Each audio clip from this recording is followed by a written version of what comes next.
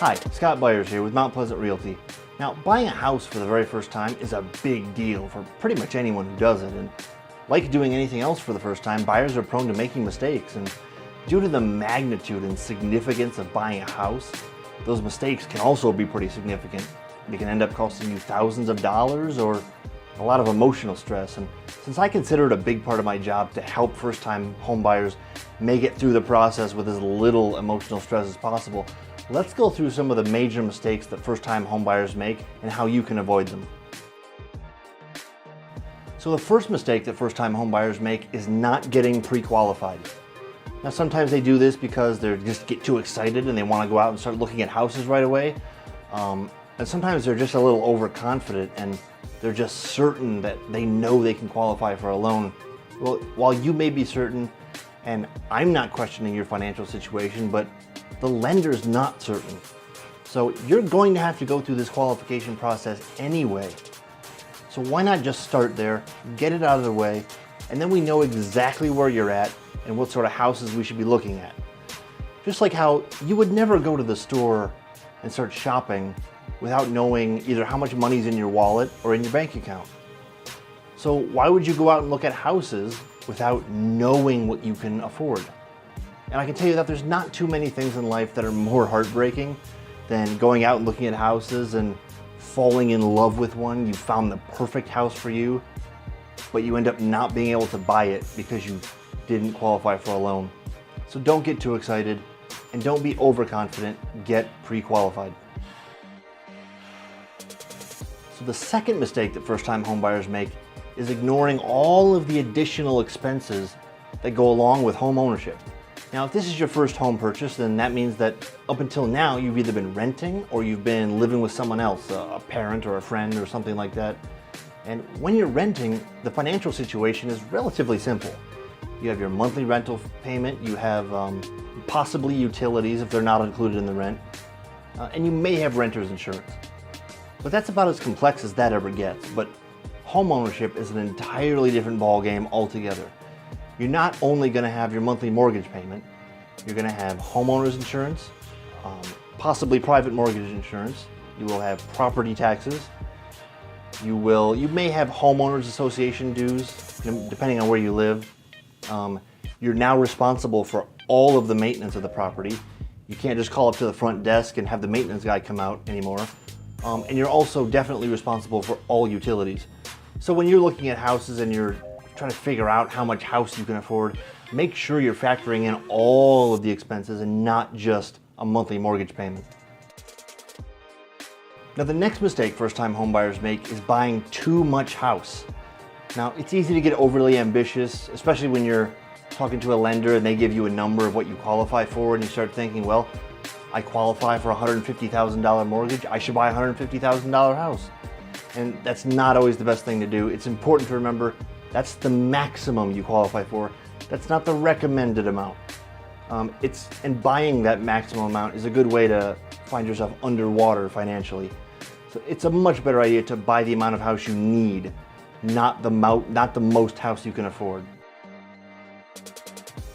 Mistake number 4 is buying too far into the future. Now this is related to the mistake of buying too much house. A lot of first-time home buyers, they'll buy a house based on what they think their life will be like 10 or 20 years from now instead of what their life is like right now. And that's usually a mistake. If you and your spouse are planning on having kids in the immediate future, then sure, get a house with an extra bedroom or two to make room for it. But if you and your spouse have talked about it and you think you might want kids 15 years from now, you don't need to buy that house right now. Buy what you need now or in the next 3 to 5 years. Anything beyond that is really too unpredictable to be buying a house for, and you're just going to be putting unnecessary financial strain on yourself. Mistake number 5 that first-time home buyers make is making other large purchases too soon after buying their house. Now, it's easy to get caught up in it all, and once you buy your shiny new house, you think you need a shiny new car to go in the driveway.